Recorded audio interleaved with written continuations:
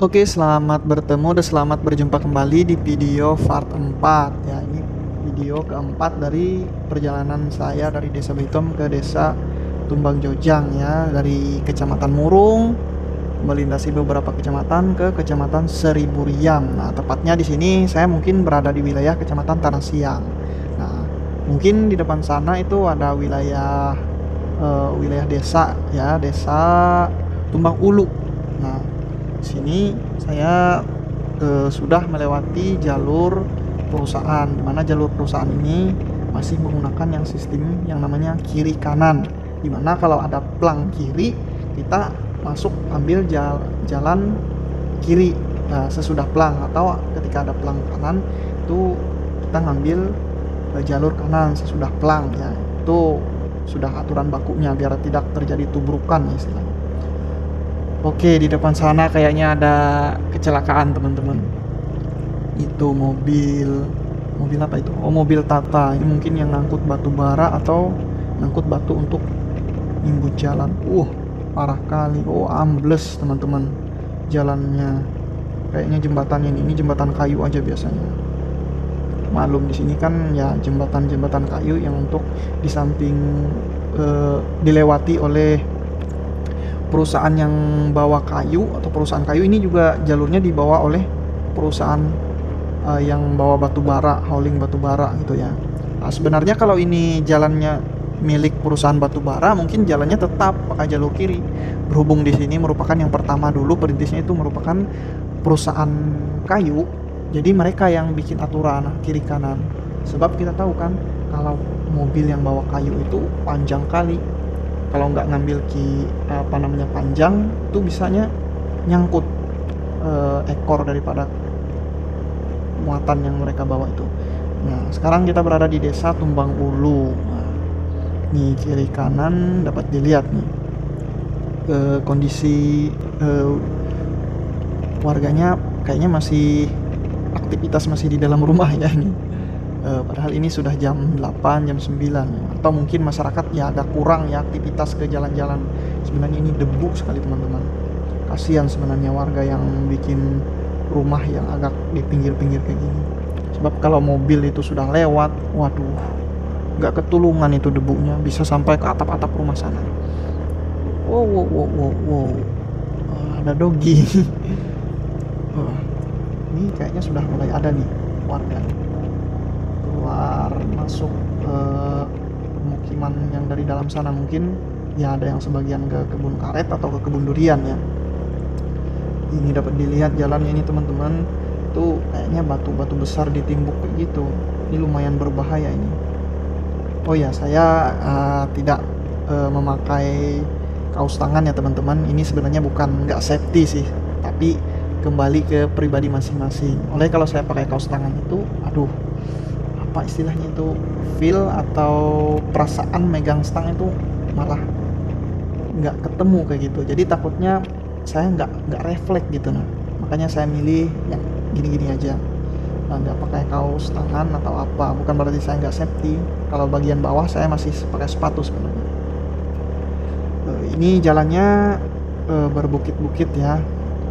Nah, di depan sana nanti mungkin saya akan melewati Desa Mantiat Pari, Desa Osom Tompo. Nah, sambil menuju sana saya akan cerita-cerita sedikit ya, ngomong-ngomong tentang kondisi alam atau kondisi masyarakat yang ada di Kecamatan Tanah Siang ini. Nah, seperti biasa kiri kanan jalan ini sebenarnya masih kebun karet, tapi ya tidak sedikit juga itu ditanam seperti kayak jengkol, karena seperti di part 3-nya kemarin kan saya sudah ngomong sekarang jengkol itu lagi naik daun. Nah, nilai ekonomisnya lebih bernilai daripada karet ya, mungkin cuma 4.000 aja per kilonya mungkin kalau sampai sini.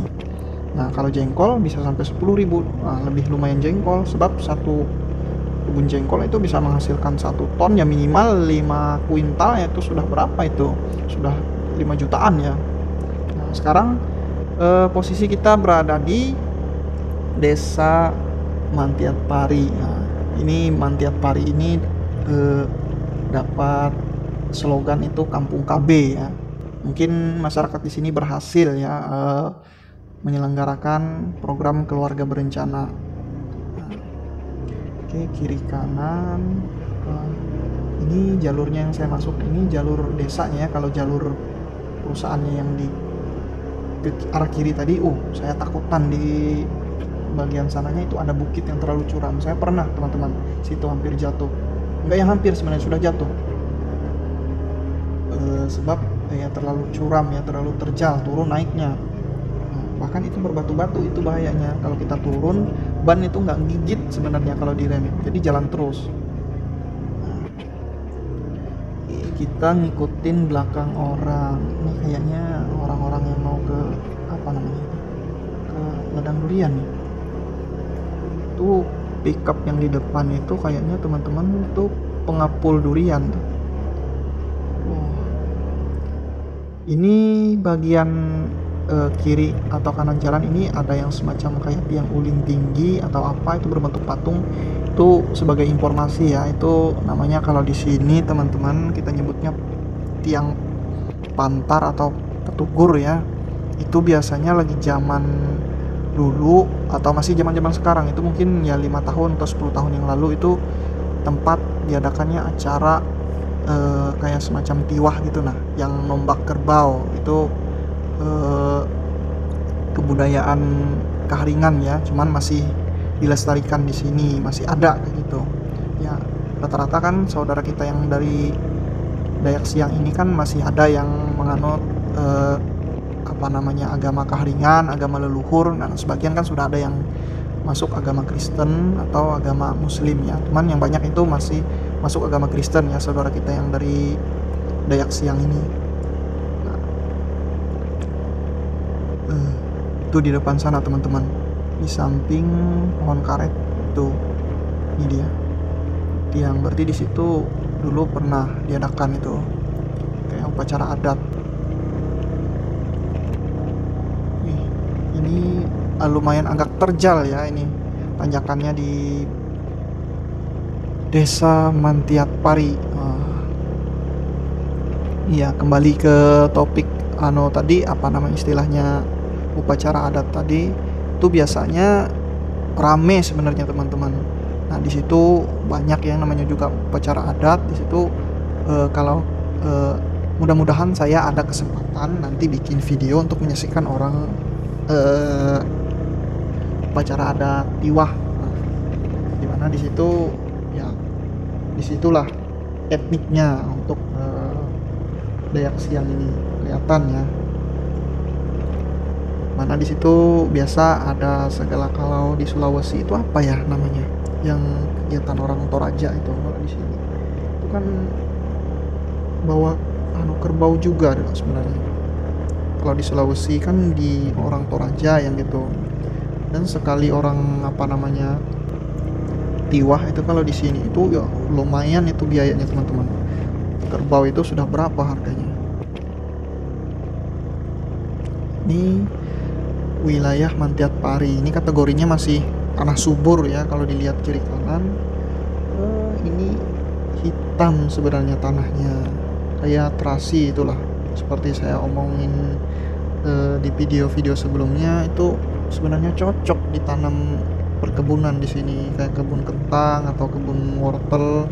Cuman kembali lagi kepada adat dan kebiasaan kami masyarakat Dayak ini ya teman-teman, dimana ya kami memilih untuk bekerja istilahnya mencari di alam aja dulu lah. Untuk mengelola itu bukan berarti kami nggak bisa atau apa, cuman gimana ya, semuanya itu sudah tersedia di alam sebenarnya, segala sesuatunya itu.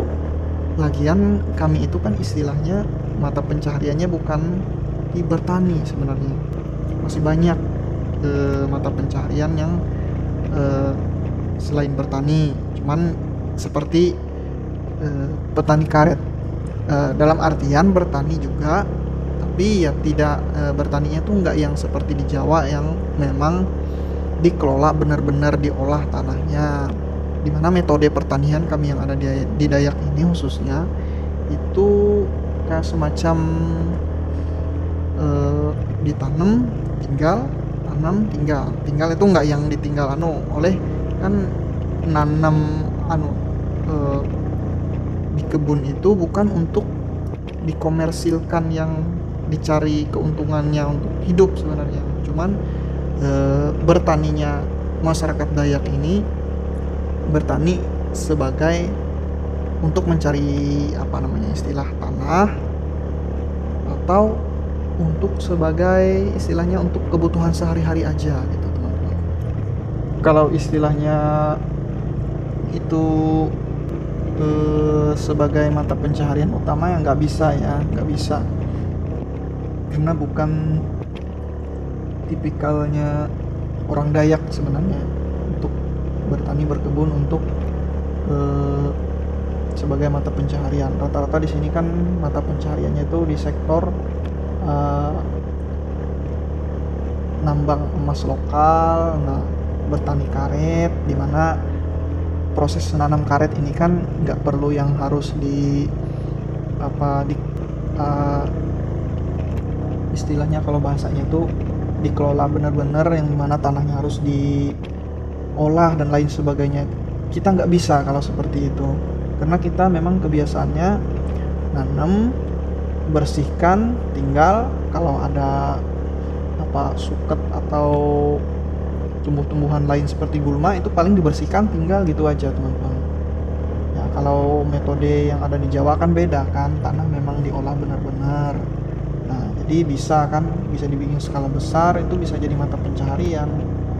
Kalau di sini enggak, kita lebih tertarik sebenarnya itu bekerja di sektor tambang, terutama tambang emas lokal ya seperti di Sukabumi kan, seperti yang saya omongin di video-video sebelumnya dulu.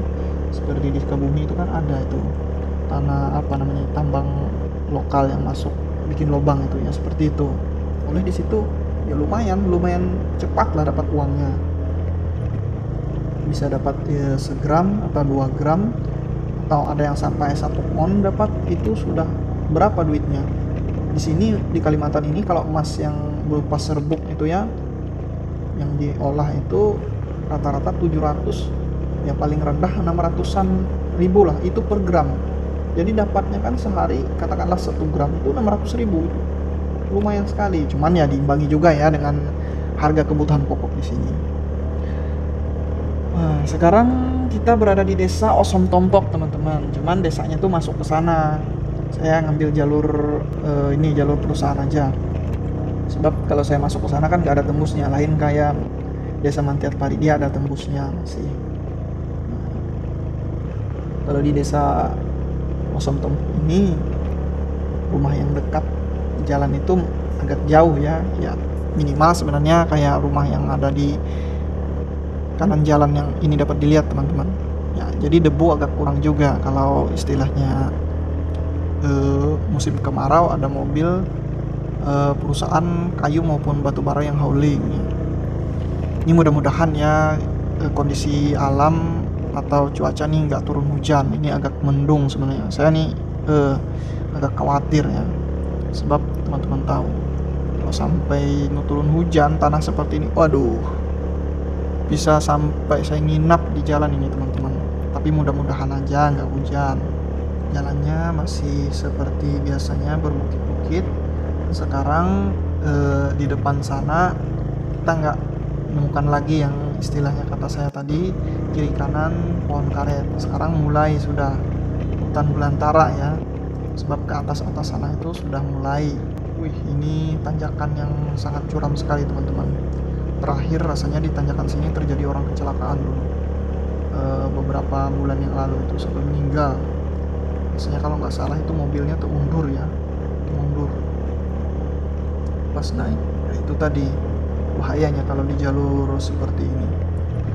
Oke, mungkin videonya akan saya cut dulu teman-teman, mengingat nanti ya seperti biasa ini untuk kebutuhan atau kemudahan proses editing dan upload. Nah, sampai di sini dulu videonya. Sampai jumpa kembali ya, jangan lupa ditonton part 5-nya.